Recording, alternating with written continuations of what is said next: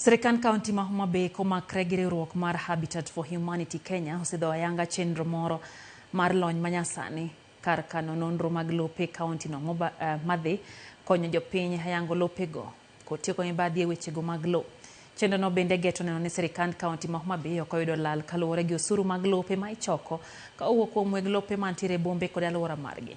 Chenro ma kamano oyangi ni biro konyo hayango lope e bombe mantie kaunti no kendo jopiny dhi yudo yot e yudo nonro mag lope e bombego. Habitat for Humanity Kenya wacho ni dwaro margi en neno ni kaunti ma Homa Bay bedo gi thuolo ma jopiny nyalo ng'eyo chal mag lopegi ahinya to mago madwa nyiewo kaka yorno mar kedo gi achudhe mag lo.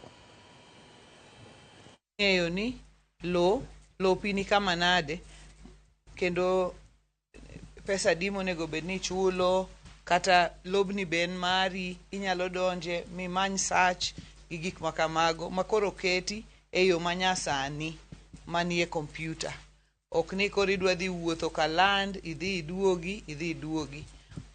Mae osetim ne towns 9 Homa Bay, Ugis, Ndiwa, Mbita, Kindu Bay, Asumbi, Rangwe gi Mirogi. Koro kuonde gi emosechak go kuonde 9 gi. Koro kaka wayawe ayanga ni inyalo dhi e kompyuta midhi ng'i e system mantie kani homabay lims.dat.co.ke.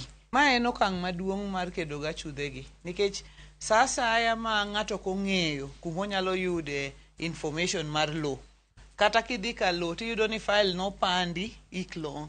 Sani kae onge ng'ama nyalo pando file nikech gimoro amora koro nie kompyuta kanyo, inyalo nene, inyalo yude. Koro en okang' maduong' mar kedo ga chudhegi.